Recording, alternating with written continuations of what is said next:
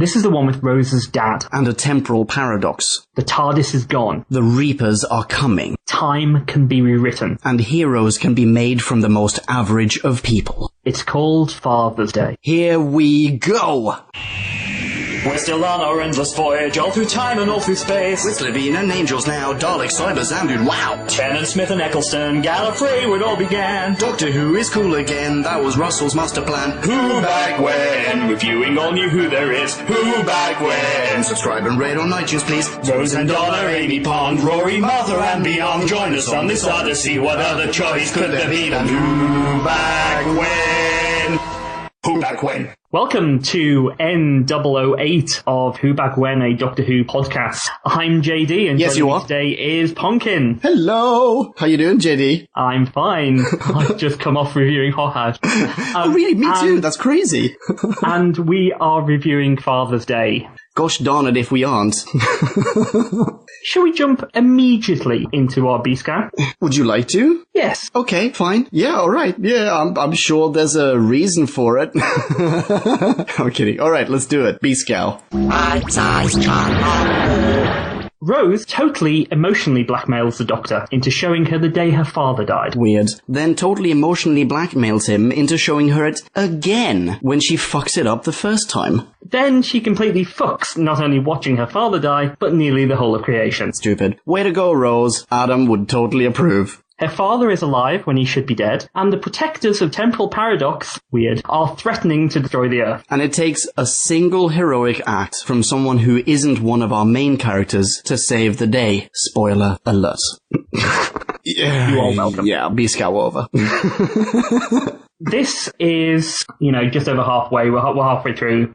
Eccleston now. Yeah. And this is, I would say, another one of those experimental episodes. It's quite different from a normal Doctor Who episode. Yeah, it's a lot more serious. They're toying with the whole idea of time travel, of being able to see yourself in time. It has this kind of Back to the Future vibe at one point. Yeah, it's very grounded. It sets a scene right at the beginning in the pre-title sequence, which is a voiceover. And at this point in Doctor Who, you hardly have voiceovers. Voiceovers didn't happen. Last time it happened was a very long time ago. The first line we get is a picture of Pete Tyler. Yeah, Rose's dad. Peter Allen Tyler, my dad, the most wonderful man in the world, born 15th of September, 1954. And you get this lovely little scene with Jackie and young Rose. Yeah, as a tiny little girl. And basically saying, you weren't old enough to remember when he died, 7th of November, 1987. He was always having adventures. And, you're getting this impression of who Pete Tyler is, this lovely man who doted on his kids and went and had adventures. And yeah, and unfortunately, due to an accident, he couldn't be there for Rose to get to know Rose and for Rose to grow up with. It's a lovely sequence, an absolutely lovely sequence. It's beautiful, yeah. Pete Tyler is played by Sean Dingwall, who hasn't got a prior Doctor Who connection, but he played David Grant in the first episode of the remake of cult TV show Survivors. Now, Survivors was the remake of a 1970s drama series, which was written by Terry Nation. Oh, God. Ladies and gentlemen, wait, hang on. Wait. Ladies and gentlemen, we recorded Hot House earlier this evening, then we took a break, I had a smoke, and we also shared an approximately 5-minute long rant about Terry Nation, and now we're sitting down and you're telling me that there's a Terry Nation connection, JD? This is insane. Okay, fine. Yeah. Keep going. And the other thing which we learn about this scene is Camille Kajuri is immortal in that she doesn't age. Yeah, you're right. Because she is the same age. She looks the same now as she did 13 years ago. And indeed, as she looks 18 years ago, as we'll find out soon enough. Yeah, also true. Are you saying that she looked really old when she was young, or are you saying that she looks really young when she's 18 years older? She looks really, really old when she's young. I'm sorry, Camille. That's not anything against you, Camille, if you're listening. And by the way, if you're listening, thanks for listening. Come on the show. Let's have a chat. But it is possibly criticism against the makeup department. It is. It really is. Basically, Rose then emotionally blackmails the Doctor. Yeah. That's it. That's what happens. Yeah, that's exactly what happens. Hang on. Wait, before we get into the plot, can I say something else about who plays Pete? I don't know anything anything about him as an actor, so this isn't going to be any trivia of that description. But in our review of The Long Game, you mentioned that a different actor was in fact at first destined to play this role and for scheduling reasons was unable to, namely... Correct. Mr. Shaun of the Dead himself. Yeah, Simon Pegg was meant to play this character. Thank God he didn't. Father's Day, I rewatched this episode again today for the first time since 2005. It's a great episode, and in so many ways it's so much better than The Long Game, but the character of Pete Tyler is not a Simon Pegg character. There are no witticisms, there's no quirkiness to the character. He's a very down-to-earth, bog-standard guy. He's just a dude. Yeah, and I think it worked far better. Much better. With Shaun. Much, much better. Okay, that's all I had to say. Sorry. So basically, Rose turns around and goes, "Oh, I miss my dad. Could we go and see him when he was alive?" Yeah. And then the doctor just asks a question, right? He doesn't say no. What he says was, all of a sudden, where's this come from? And Rose just totally duck faces and goes, "Okay then, well, if we can't, if it goes against the laws of fucking time or something, then never mind. Just fucking leave." That's a brilliant Rose impression. Oh my god. The gestures that came with that, that quote, priceless. So the doctor says, "Well, no, I can do anything. I'm just more worried about you." And then Rose just says, "Well, I want to go and see him. Come on. Press your buttons on your fucking machine." Yeah, wait.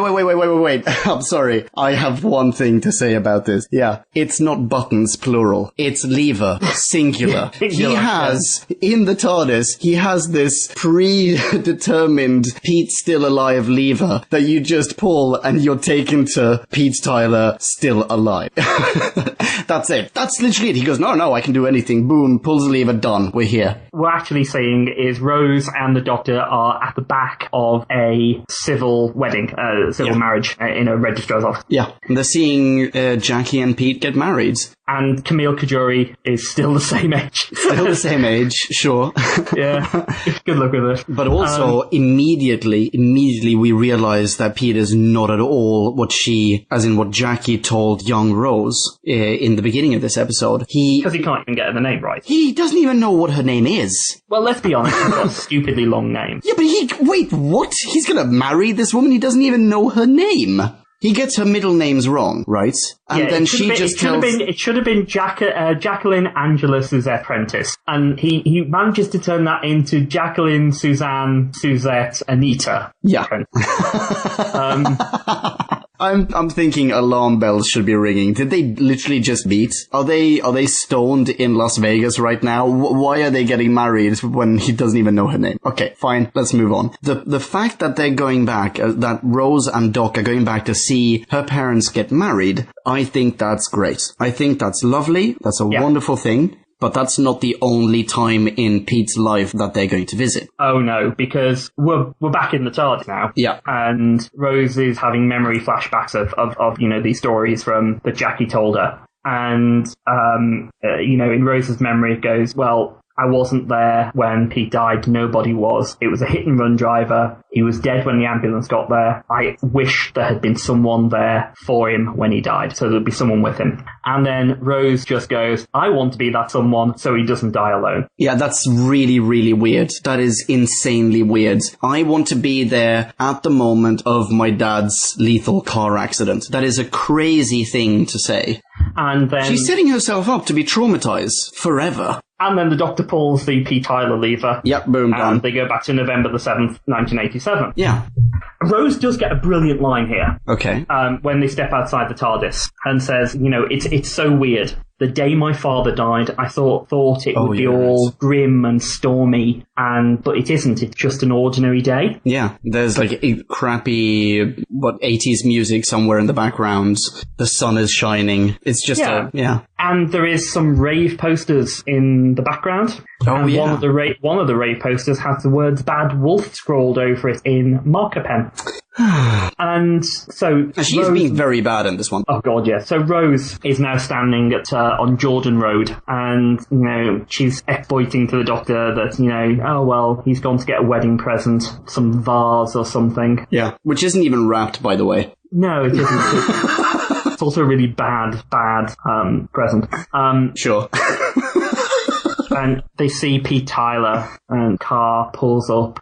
and he gets the vase, gets out of the car, and then gets hit by another car. Yeah, boom. The vase shatters to the ground. It's very dramatic. He dies, and Rose is already traumatized by having seen this. She can't go and be with him as he dies because she's just stunned. She just doesn't move. She's shocked at what she's seen. Yeah. And then the episode ends and we all go away happy. Well, it was short and sweet.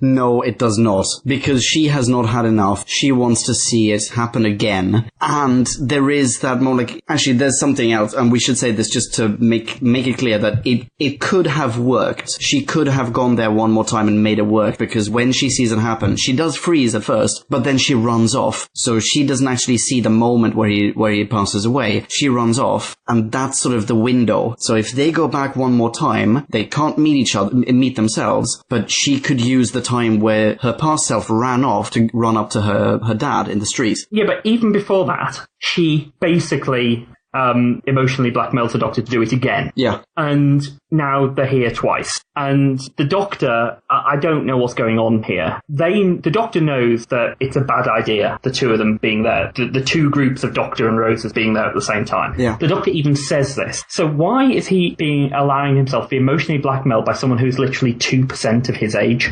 It makes absolutely no sense. No, it makes no sense. It makes absolutely no sense. And when he says later on, listen, I lost not only my whole family, but my whole species in the war, do you not think that I was ever tempted to go back and change that and save them or see them one more time? But I didn't, because I can't, because it's not allowed. That's a whole freaking planet. Here it's one person, and he still lets it happen. Yeah, so Rose and the Doc go back again, watch themselves watching Pete die. Yeah, very Back to the Future-y. Primary. We've seen Primer, by the way. Great film. Primer is a great film. Yeah. So Pete gets out of his car with the vase, and just as the car is about to hit him, Rose runs past original Doc and original Rose and saves Pete's life. Yeah. What a freaking idiot. And then the earlier Doc and earlier Rose vanish in a puff of logic.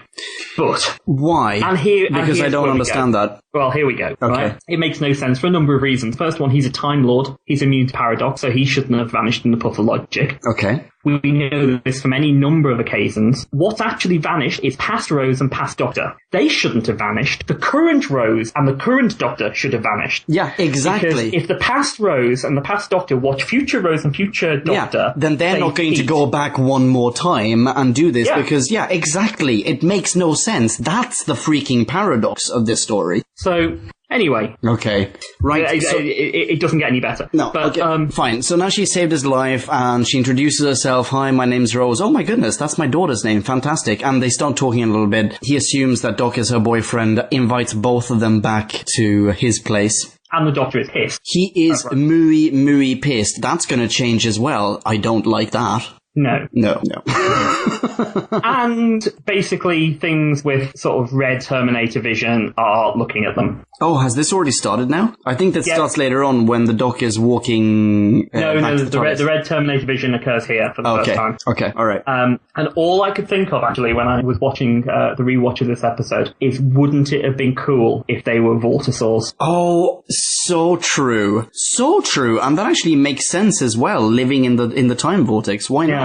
It would have been cool if they were Vortisaurs, preferably being ridden by Tarmadoc. Oh, that would have been perfect. I want to see a Tarmadoc. That's something to revisit in New Who. Peter Capaldi, please do that. Well, Peter Capaldi's last interview said he'd really like to see axons, and which would be really cool, because mentioned them in the story. Yeah. Nice. So, anyway, the Doc, Rose, and Daddy go back to Pete's flat. Yeah, and now Rose is just super chuffed, because she's looking at all these things like, oh, here are the old pictures and trophies, here are all those energy drinks, apparently, that her dad used to try to sell, solar panels that he was getting into as a line of business, really weird stuff, and the Doctor then starts admonishing her. And, he's like, I did it again, you're just a stupid ape. Yeah, hold on. I'm having a thought now. When we met, I said, come travel with me in space. And you went, no, girlfriend. And then I said I had a time machine.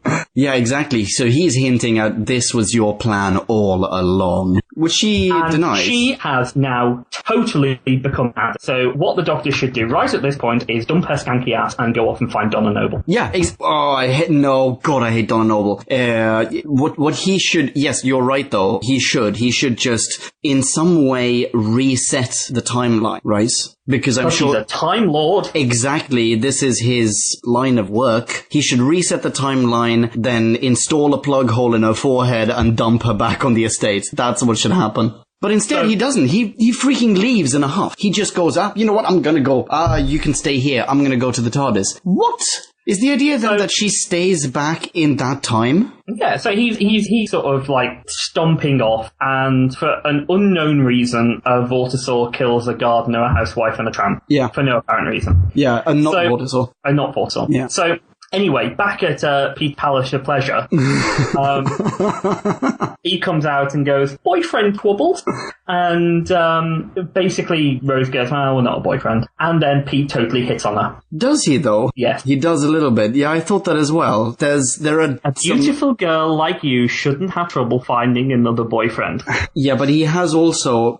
See, I was thinking that as well, but he has also made it very clear that he is married, he has a daughter. It's not like he's taking off his ring and pretending to be a divorcee. No, but he's totally hitting on her. No, he's definitely hitting on her, because when Rose actually says, Pete says, what, a pretty girl like you? If I was going out with you, and Rose just goes, no, stop, right there. Pete says, I was just saying. And Rose goes, well, I know what you're saying. We're not going there. Back off, boyfriend. I know, but... It's creepy.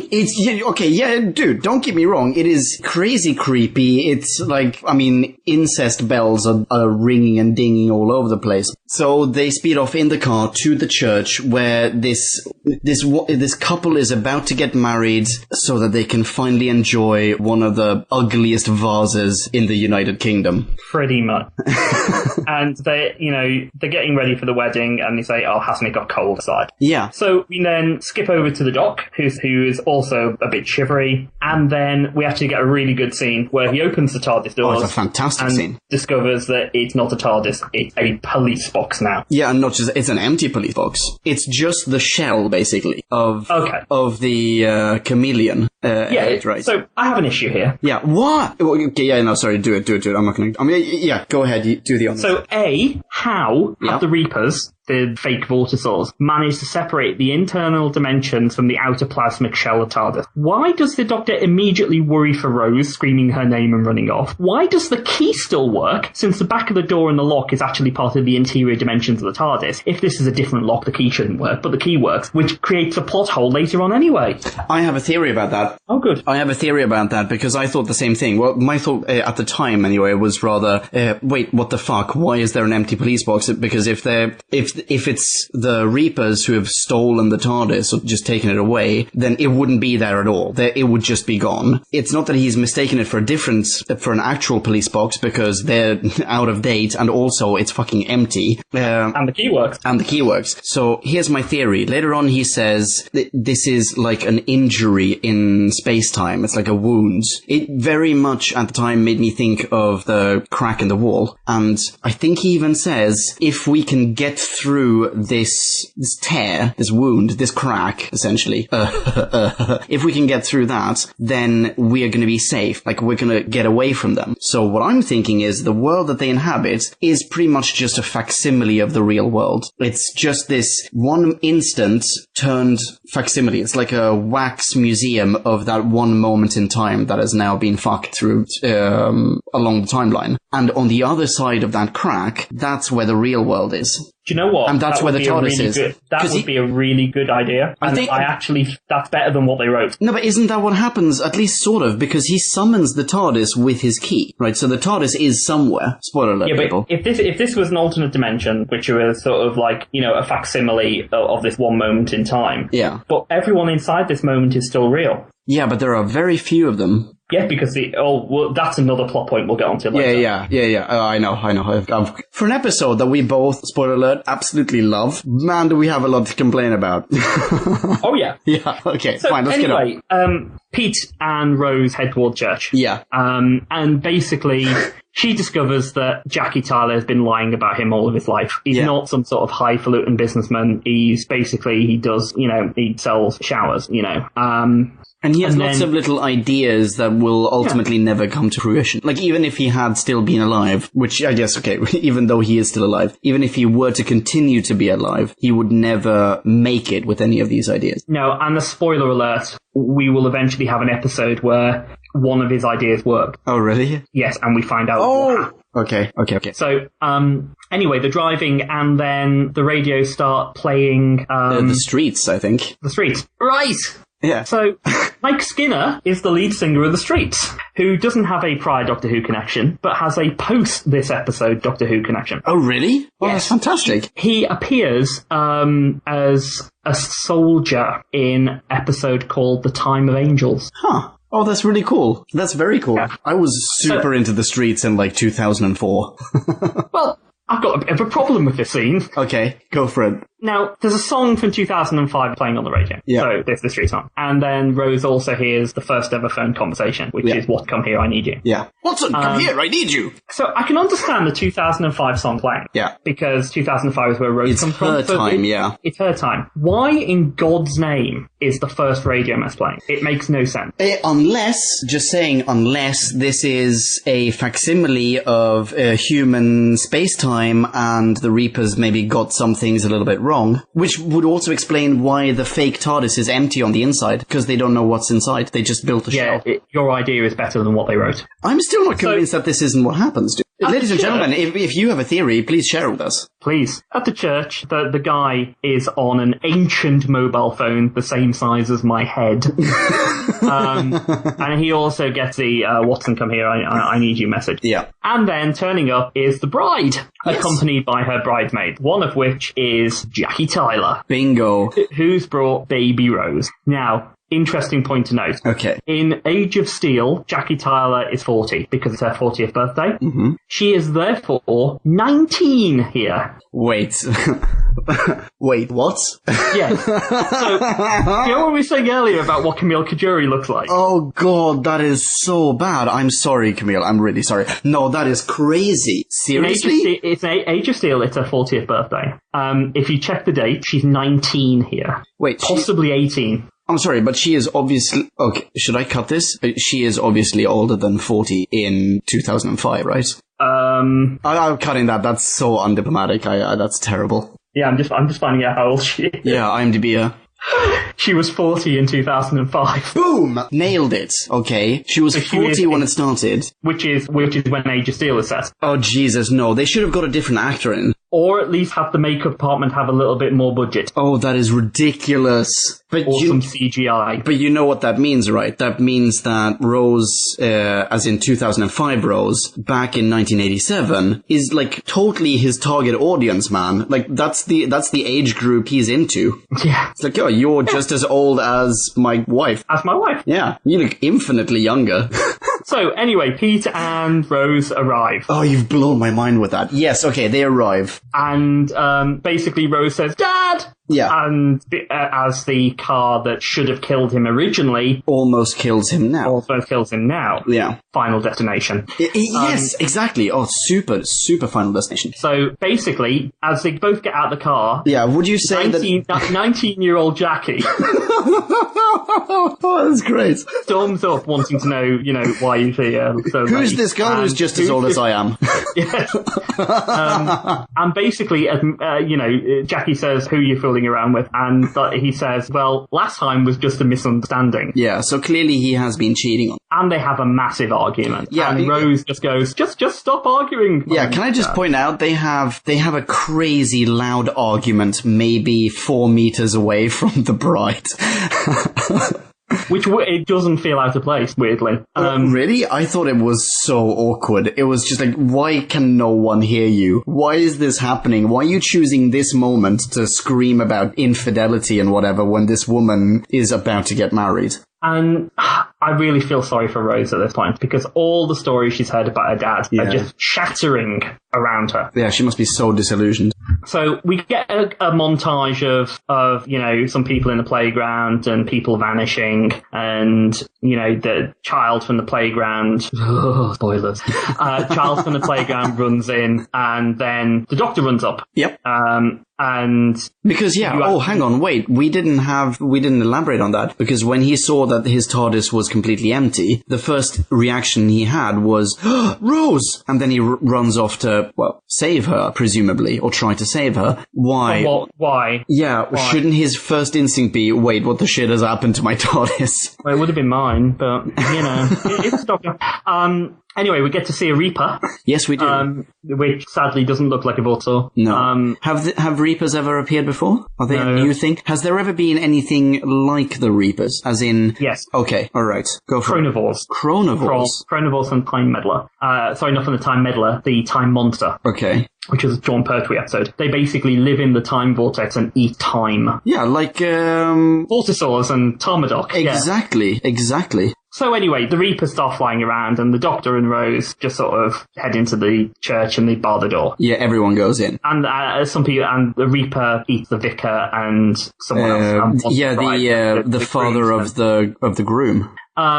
Right, so what's just happened here is I'm going to state two things about this episode. First of all, I like this episode. Yeah. The second bit of it is it really shits all over Doctor Who canon about how time travel and changes in history work. Yeah, and logic. The Reapers make no fucking sense. Their actions are not theoretically fixing time or whatever, but they're making it a hell of a lot worse. Yeah. The Reapers never appear again, despite time being made a hell of a lot worse than this in Turn Left. The entirety of a year is rewritten in Last of the Time Lords. Yeah. No Reapers. The Doctor rescues people who should have died in the fires of Pompeii. No Reapers. The Doctor reboots the entire universe and rewrites it, removing the cracks in time, including removing 2,000 years of Rory the Centurion living, and no Reapers. Yeah, exactly. So, presumably, they're just an idea that was abandoned. At some point, someone thought, oh, dude, wouldn't it be so great if we had this creature who pops up every time that someone messes with history, and this will then be the one motivation we'll use as a plot device whenever we need to get out of that situation. Oh, why don't we just fix this? Oh, because, fear the Reaper. Don't fear the Reaper. I was waiting for it.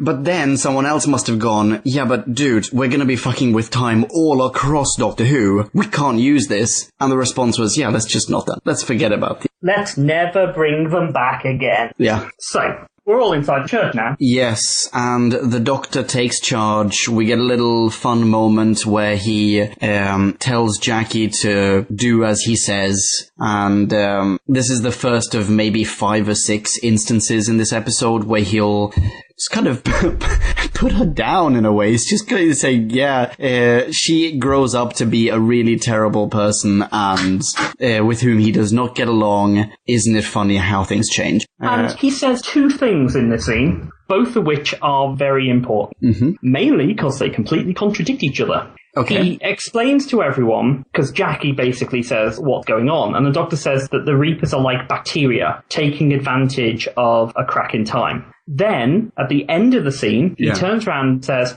they're here to sterilize the wound. Okay, so what we've got here is the Doctor saying it's bacteria. Doctor then says, literally 2 minutes later, they're here to sterilize the wound. I.e. kill Pete. So, yeah, but act like temporal antibodies. So what are they? Are they bacteria taking advantage, or are they sterilizing the wound? You're right. They're acting like temporal antibodies. Yeah, no, you're right. It's not actually seemingly coming for Rose, the Doctor, or Pete. What it's been attacking random people in the street, a housewife, a tramp, a gardener, the father of the broom. It's not trying to eat Pete. It should be homing in on Pete like a bloody beacon. No, you're absolutely right, but it's not just random people, because he does say a little bit later on, all over the world, there must be people holed up in buildings the way we are here in this church, but the entire rest of humanity is dead. Yeah, so they're not in any way sterilizing the wound.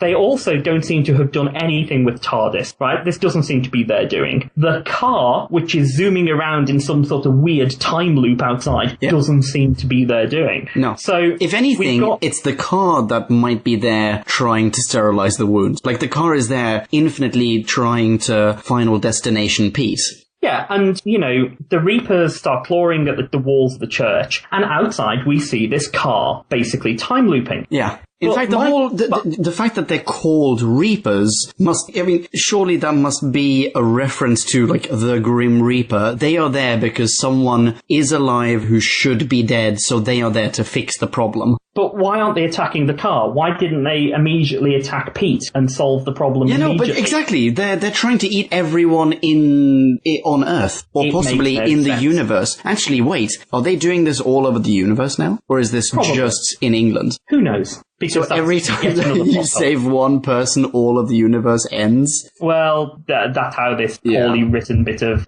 Doctor Who is going. Yeah. But okay. Anyway, inside we get a really lovely scene between Pete and Rose. Yeah, he understands. He pieces it together. And goes, right, you are my daughter, aren't you? Mm. And honestly, they've got a really good chemistry together. They do, It's really good.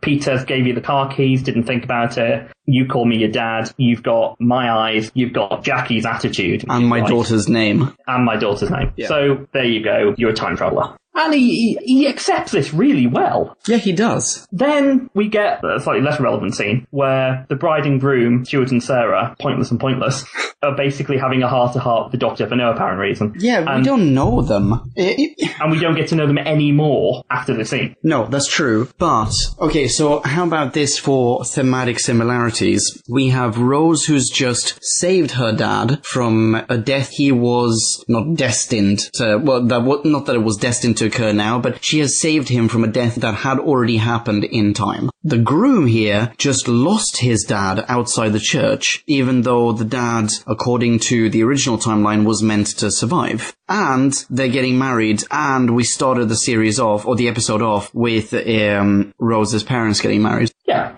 And Pointless, I'm saying, are like the thematic reflection of what should be going on in Rose's life. Correct. Yes. Yeah, I agree. I would agree with that. And the Doctor asks them, how did you two meet? And Stuart goes, and this is relevant. Stuart goes, well, we're outside this club at 2:00 in the morning. And Sarah goes, well, I'd lost my purse, didn't have money for a taxi, and Stuart said, I took her home. And then the Doctor says, well, I've travelled to all sorts of places, done things you couldn't even imagine. But you two, street corner, 2 a.m. in the morning, getting a taxi home. I've never had a life like that. Yeah. Well, strangely enough...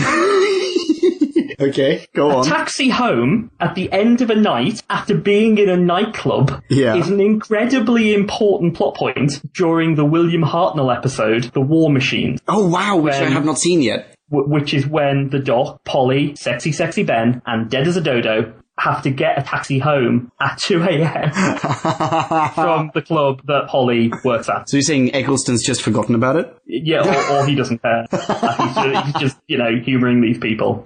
But yes, actually, I'd only watched The War Machines the other week, so it was actually, he did actually get a taxi home when he was like 100 as William Hartnell. Okay. So Pete and Rose are now having their conversation. Yeah. And, they're having a real, actually good father-daughter chat. And then all of a sudden, Jackie turns up with the kids that we saw before. And this kid is Mickey. It's Mickey Ricky as a boy.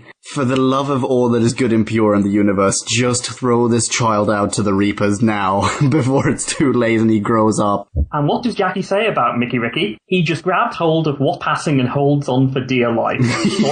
Or girlfriend if he ever gets one. Yep. And she's still being very, very suspicious around Pete and Rose. But what confuses me, is we've obviously got the 41-year-old Camille Kajuri playing 19-year-old Jackie Tyler. Yeah. Why couldn't we have had the 21-year-old Noel Clarke playing the 7-year-old Mickey? Because there's about the same age difference. Fair enough. I don't have an answer for you.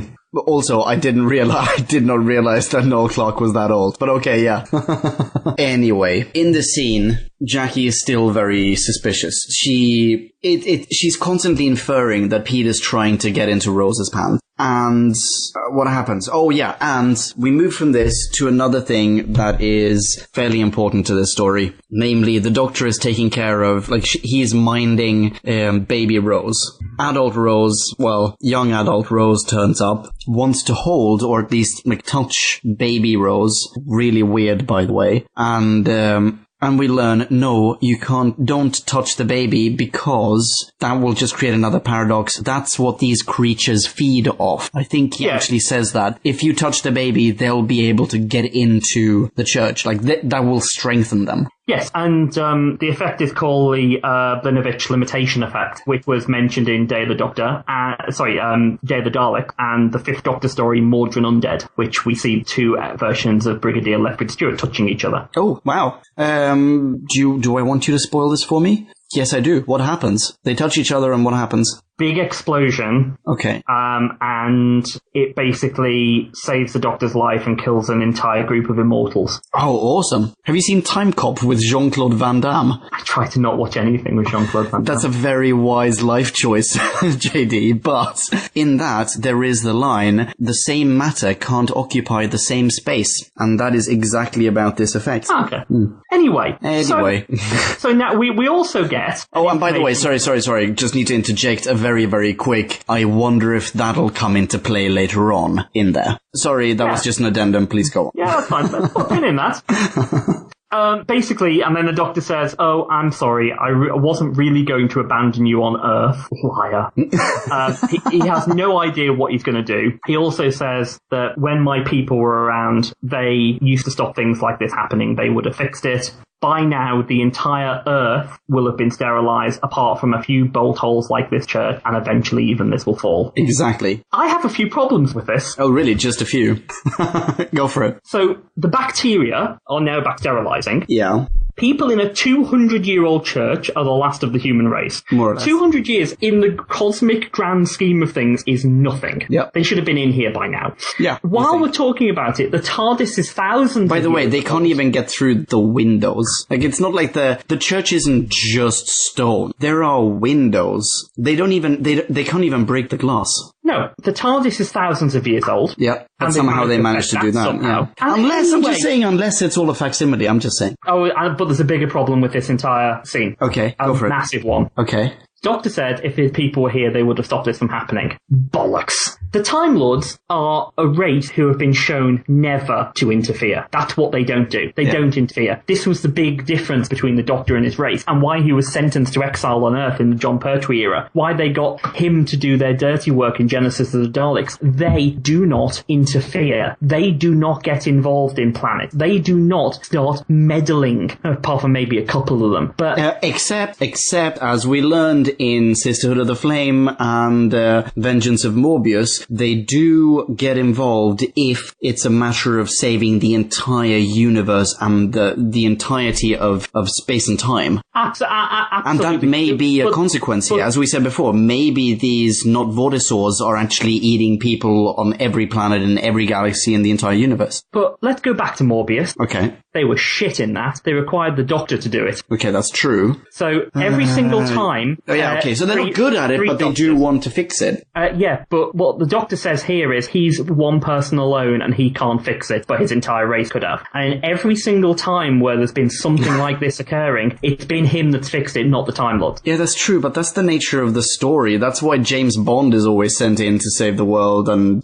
he doesn't go around with everyone else. Maybe, had there have been no other plot holes, could have let that one go, but they just keep coming. Alright, yeah, fair. Okay, Kablamatron. Next up, Rose and Doc make up. She has ostensibly ended all of existence throughout time and space. So they hug. He's like, as long as you apologize. She goes, I'm really sorry. It's fine. Give us a hug. Probably pinches her bottom a little bit. And then she notices, whilst hugging him, that something's really hot. Something's just physically steaming here. And it turns out it's the TARDIS key. because apparently it's trying to show him that it's still connected to the TARDIS somehow. Which means, JD, the TARDIS is not there, it is elsewhere, it still exists, it's also not bereft of its shell, so that's not necessarily just the shell that he saw before, completely empty. The TARDIS, including its fake wooden exterior, is perfectly existing and intact, but elsewhere. So how did the fake wooden thing get onto a London street in 1987? Facsimile. But it's even worse than that, because what the fuck is actually happening with the key in the TARDIS here, right? Because you can't say those things when I'm drinking pineapple juice. What? Because it opened the wooden shell of the TARDIS, but now it's magically connected to the interior dimensions. Why does it start glowing and burning a hole in Rose's right breast halfway through the episode? Oh, I can explain that, but let's do that off the record. That things started to go wrong. It's never fucking done this before or since. It's never had this power. He takes a battery from the mobile phone of doom that's about the size of my head, presses his sonic screwdriver to it, goes whizzy, puts the battery next to the key as if magically the things are going to go back together again. Yeah. And it works. Yeah, there's something wrong here. Yeah, there's another thing that's really wrong about this scene. In order to get a battery, and it's a good thing that they have the battery, in order to get the battery, he addresses everyone in the church. He does this by, in the most cheesy manner imaginable, going up to the preacher's pulpit to thence address the congregation. And then when it turns out there is a battery, he takes 2 steps down off the pulpit, he gets the battery. He then, to explain to everyone again, listen, no one touches the TARDIS, no one touches the key, this thing is gonna get us out through the crack in time, out of this potential facsimile, whatever. He does so once again from up on the preacher's pulpit, as though he has all the time in the world for theatricality. It is the dumbest fucking move ever. Eccleston, what are you doing? Oh, that's still not the dumbest thing in the episode. No, it's not. Okay, sorry. There's still worse to come. While this ridiculousness is happening, we get Pete and Rose. Yeah. Thank God. And they're having this heart-to-heart about why Rose came back to 1987. And she just says, well, we just happened to end up here. It was good luck, that I spotted you in time to save his life. Pete is not thick.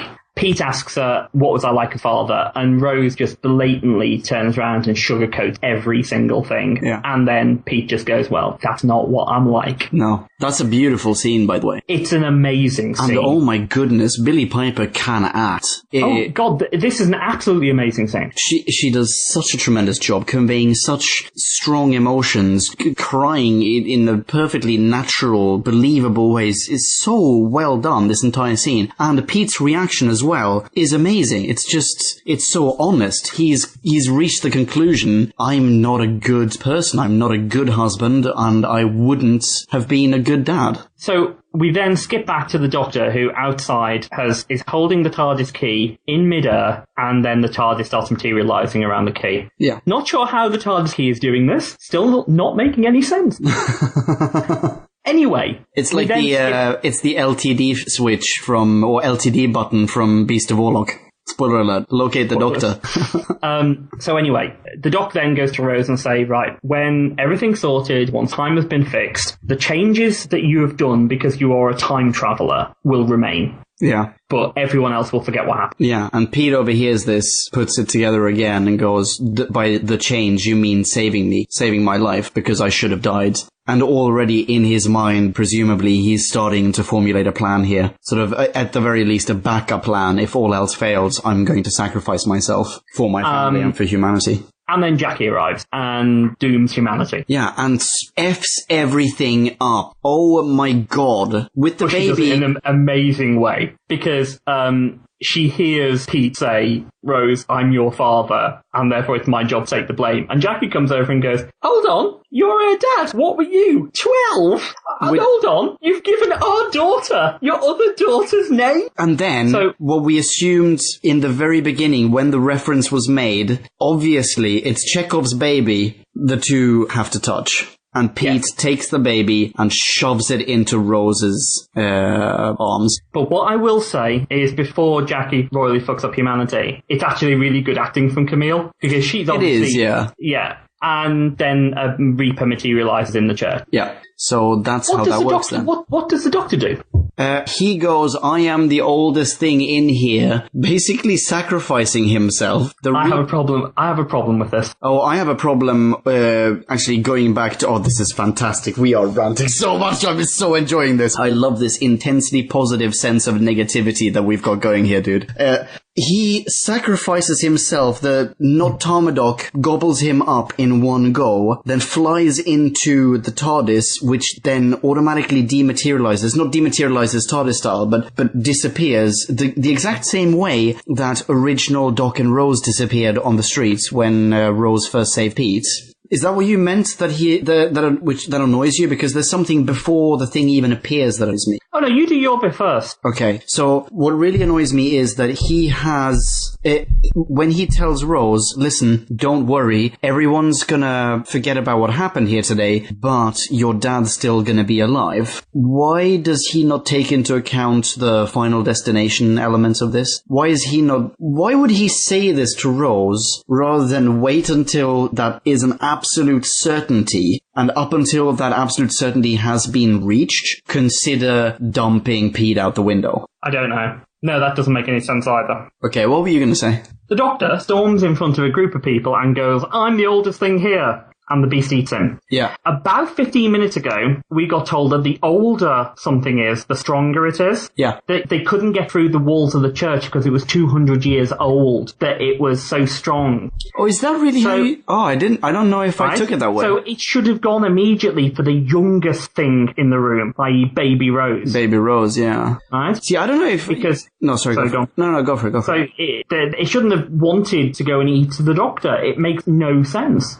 Oh, that's really interesting. When I saw this earlier this evening, I did not make that connection. I didn't get that. Oh, okay. So the longer something has existed in time, the more difficult it is for them to consume it. I literally just thought, oh, this church hasn't been around that long. It hasn't proven itself strong enough to resist anything from erosion to non-vortisaurs. But I think you're absolutely right. I think you're right as well. But yeah. Yeah. No, I think you've nailed it. Holy shit, yeah, that blows my mind. Okay, you're right. So, plot hole. Doctor's dead. Yeah. TARDIS is gone. Rose weeping. And Pete is just... the church starts to fall apart. They're going to get in very soon. Yeah, but wait, so what happened to the Not Vortisaur that flew into the TARDIS and the TARDIS disappeared? Did the Not Vortisaur also disappear? Yeah, the Not Vortisaur and the TARDIS vanished in the same puff of logic. Which makes no sense to me. Why did they vanish? Nope, makes no sense to me either. Okay, anyway. So Pete is looking outside and seeing the car go round the loop, and sees the driver raising his arm as if he's about to crash into something every time it vanishes. Yeah. And, Pete put 2 and 2 together and actually got 4. Yeah. So then goes and has yet another one of the amazing Pete and Rose scenes. And this time it contains Jackie. And True. Pete says, right, I know what I've got to do here. He convinces Jackie that this is Rose, their daughter. Yeah. Rose just basically goes, well, you don't have to do this, Dad. Although blatantly he does. Yeah, obviously he does, but why didn't it... This is what I mean! Why didn't the doc say this? Like, oh, by the way, your dad's gonna be perfectly fine, don't you worry. But just in case things don't work out and I get killed, which I will be in, like, a minute's time, then please shove your dad out the church, because that will save the universe. Why didn't he say that? He's now dead. I mean, the Doctor is gone, right? Yep. Nothing... Mankind and everything in existence is doomed. The only thing that saves all of existence is Pete seeing this car. Yeah, and this is this is the fact where you realise that Pete Tyler is the hero of this episode. Yeah. It's not the Doctor. It's definitely not Rose. Rose has been the impetus for fucking everything up. She is the time meddler. Yeah, she is. Right? She is the meddling monk of this episode. The Doctor has been completely impotent from start to finish. And Pete takes his vase, goes out, and gets hit by the car. Yeah. And the Reapers basically all vanish in a puff of logic. And in the same kind of, as a consequence of the same puff of logic, the Doctor appears again. I have a problem with this. Oh, no shit. Yeah, go for it. I've got a problem as well. History has not been reset. That's true. History has been changed. Also very true. And the whole point of this was that history had to be reset. Yeah. But he's died in a different location. He didn't die on Jordan Road. He died outside of the church. He died at a different time of day. Yeah. And then what happens next, obviously change time, we'll come to that in a second. So therefore, why did the Reapers just all vanish? Because history has still been changed. It's still been amended. And hell, as Rose quite rightly put it, he changes history an awful lot. And there has been more than one Doctor in a place at one time. I have a theory. Doctors. Dude, are you ready for your mind to be blown? Okay. Okay, I'm bigging this up too much. I cannot explain the lack of logic in, okay, it's fine, if Pete dies outside the church, then that effectively resets everything and it's okay and the universe is safe. That still makes no sense. But when the Doctor said, check it out, dudes, I'm the oldest thing in here, you're gonna have to get through me, maybe he didn't die. Maybe he actually defeated the Not Vortisaur, took it beyond the crack, along with his TARDIS, and then managed to come back, because the TARDIS is then parked just around the corner from where, or just like 20 meters away from where Pete eventually died. It's no longer further down the street somewhere by a park. It's actually right by the church. Yeah, that would make more sense than what actually happens in this episode. Yeah, but how do you know that that's not what happened? Because this isn't me thinking of a different story or like a better story. This is me interpreting what we're talking about here. Because I can't deny any of that is possible. Okay, well, there you go. That's all I needed to hear. Let's hug it out, man. Anyway, Rose okay. finally rushes over and holds her father's hand when dies. Yeah. So what she wanted to do at the start of the episode. Yeah. And this now makes sense, by the way. We get a small coda now where we're hearing the same story that Jackie told Rose at the start. Yeah. But this time it goes, the father, the driver was just a kid. He waited for the police rather than being a hit and run the first time. It wasn't his fault. Pete just ran out. Some people say this girl, she sat with Pete when he was dying. She held his hand. We never found out who she was. Yeah. And that's it. That's where the story ends. End of Father's Day. Reviews. Oh, right. Reviews. This is full of logical flaws, plot holes, inconsistency, and, well, who gives a crap? It's a well-acted episode with incredibly lovely touches, which is almost ruined by Paul Cornell's script and his lack of attention to detail. Yeah. But I don't care. Billy Piper and Sean Dingwall have so much chemistry together, you do believe them as Pete and Rose Tyler. It doesn't matter that the script is crap. It's an absolutely lovely character piece if you ignore the temporal paradoxes and logical inconsistencies. Yeah. You have to watch this episode. We've spent, an hour rubbishing the fact that it makes no sense. It doesn't matter. 4 out of 5. Wow. Okay. That's more than I'm giving this. I agree with you. I've gained Davis's big heart. Yes, you have.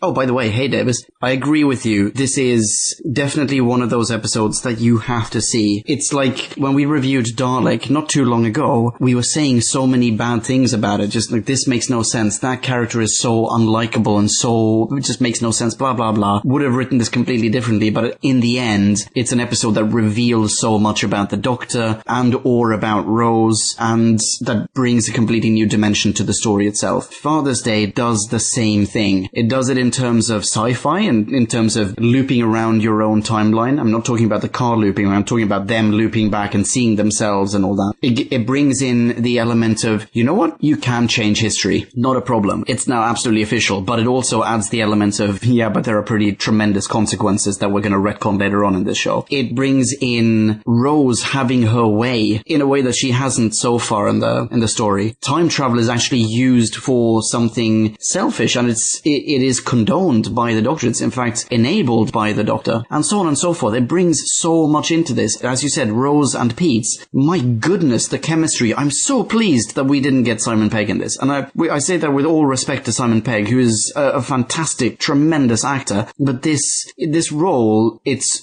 so dramatic and so serious a role, it would almost have been wasted on Pegg, and Pegg would simultaneously have been wasted on it. It's much better to have, not wanting to offend anyone here, much better to have a straight-up serious actor in this role, and they did, and it's great, and it works. I had no idea Billy Piper could act this well up until now. Holy shit, well done, Billy Piper. But saying all that, that's all this story has. The emotion, the drama, that's what we have here, and that's what works, and that's the reason you absolutely cannot miss this episode for your life. Watch this episode. but everything else that ties into Doctor Who, all the logic, the way that the TARDIS works, the Doctor works with the TARDIS or with the timeline, the role of the Time Lords, the relationship between Doctor and companion, everything makes so little sense that every time that something of that description happened in this episode, I just wanted to grow my nails really long so that I could claw my own face off. It pissed me off so much that I have to deduct points for that. And also, did we need to get Mickey in there? I suppose we did, but I didn't see it. I'm giving this 3.0. It's a full mark lower than yours. I'm giving it 3.0 because it's great, but it's also really, really bad. Let us have a mini. Yes, we shall. Listener. And our mini review for Father's Day comes from Gallifreyan Buccaneer. Gallifreyan Buccaneer, how you doing, dude? And Buccaneer begins. Okay, go for it. Put simply, Father's Day exemplifies Doctor Who's uniqueness as a show. Only Doctor Who gives soap opera about father-daughter issues one week, and in others gas mask zombies, a Victorian ghost story, and farting alien. He goes on, however unlikely, this episode is easily one of the highlights of Eccleston's tenure on the show. This story has heart, the storytelling so human that a certain bitchy trampoline should be taking notes. Cassandra from End of the World. Thank you very much for clarifying that. The Doctor that hates the domestic has a lover's quarrel with his companion. Rose meets her hero figure of a father and is confronted with his death. The soon-to-be husband and bride telling the simple tale of a cab ride home. This is an episode that celebrates humanity for all its faults and all its beauty. Paul Cornell, one of the accomplished writers of the Wilderness era, turns his talent to the domestic and knocks it out of the park. It's a real shame he hasn't been called to write more for Who when this episode is about the best CV he could have. In the broader context of Doctor Who, what we have here is reversed Base Under Siege, the formats that so typified the Troughton era. The Reapers are the invading force scraping away at the church walls as the Doc and Co have interior drama. It's fitting then that this episode also inverts a lot of episode-to-episode Doctor Who staples. The TARDIS becomes a real police box, empty with 4 walls and a phone. The Doctor and Rose revisit same event twice. The Doctor himself is killed, and not just that, but by a personification of death, the Reaper. Honestly, even seeing the 9th Doctor in just his jumper is weird. The culmination of this is Pete Tyler, a man who bickers with his wife, a budding council estate entrepreneur, basically Del Trotter when viewed not as a comedy but as a real human being, the ultimate everyman. This man takes the role of the hero, the role of the Doctor, and saves the day at the cost of his own life. As a certain singer once said, what if God was one of us? The Doctor is God thing that I won't shut up about for some reason is inverted here, and the everyman is God. And isn't it beautiful that in his final moments he sees his grown-up daughter here to comfort him? Yes, it is. Only Doctor Who could give us an episode so tangled in past, present and future that culminates in the moment where all three meet in such a profound and beautiful way, in such a human way. Father's Day gets a 4.2 from me. Thank you so much. I love that review. I think it's... It sums up pretty much everything we said about the episode. I think it does, actually. A human point of view. Yeah. We may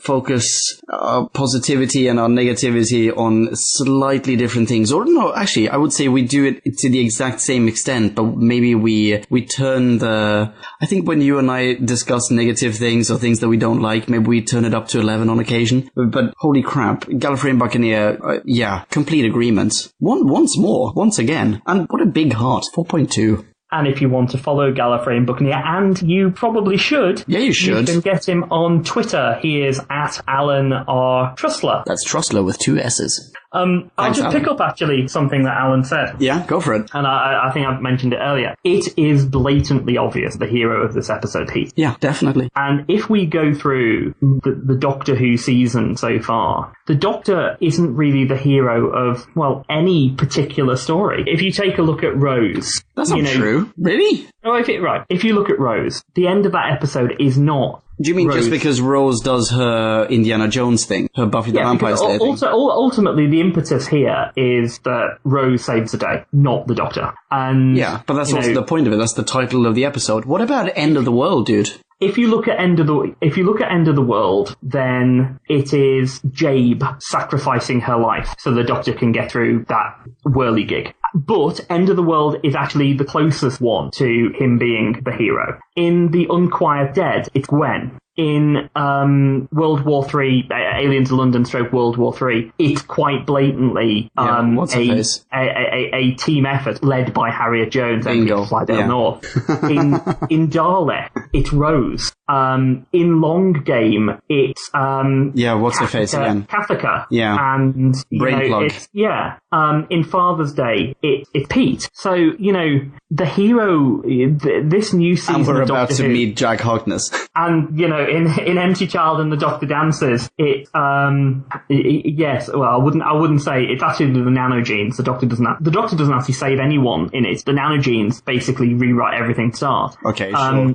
But surely you have to agree that it is, just Jabe sacrificing herself wouldn't have saved the day. Just whatever. In this case, yes, definitely. Pete saves the day by sacrificing himself. If the Doctor had been there, if in the church he had stood in front of everyone and sacrificed himself, said, listen, take me, spare them, take me, but then also turned around and said, listen guys, the only way that you can save the day is Pete sacrificing himself, then he would have been the Jabe character. But he didn't, so yes, obviously Pete is the hero here. But surely you have to admit that the Doctor's presence, his intellect, his knowledge of space and time is integral for the resolution of every single problem that he's faced so far. Oh yes, absolutely.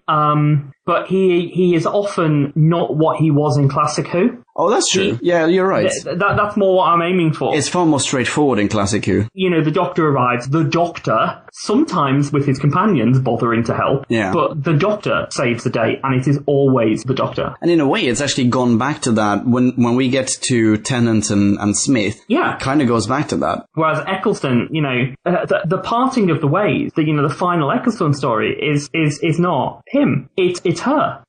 She is the person who saves the day. So, ultimately, this is just, it's a really good episode. And I think that, for all of its logical flaws, and there were so many of them, I think it deserves, if you haven't seen it, you really should go and watch it. Oh, yeah, absolutely. My goodness, absolutely. So, and next time, it is The Empty Child. Yes, it is. We're going to see gas mask zombies. And Barrowman.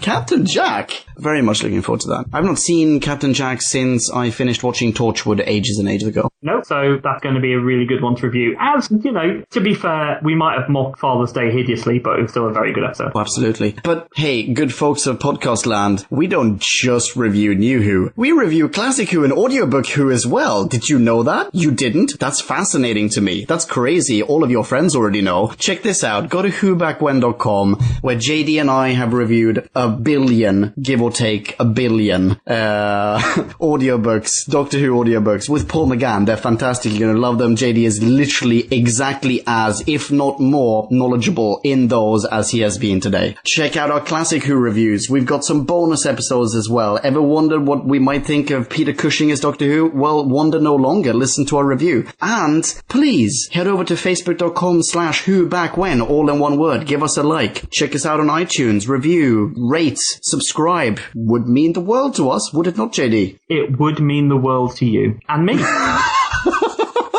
Check us out on Google Plus and Reddit and wherever you like. And if you're not into iTunes or whatever, at the moment you can find us on soundcloud.com/whobackwhen, and within short we will be in lots of other places as well. But if you want to keep abreast of what is going on, you can follow Ponkin on Twitter. Yeah. He is at Ponkin if you wish his words of wisdom in 140 characters or less. Thank you. You know what? That means a lot to me, man. Thanks, man. Check this out. Don't worry. You can follow JD as well. He is at Marius Kane. That is Kane with a K. Thank you so much for listening, ladies and gentlemen of Podcast Land. Actually, we should say lady and or gentlemen, because presumably people aren't listening to this podcast collectively. Thank you so much for listening. Catch us in the next episode. Be rad and excellent to each other. What do you say, JD? Goodbye. Rock on.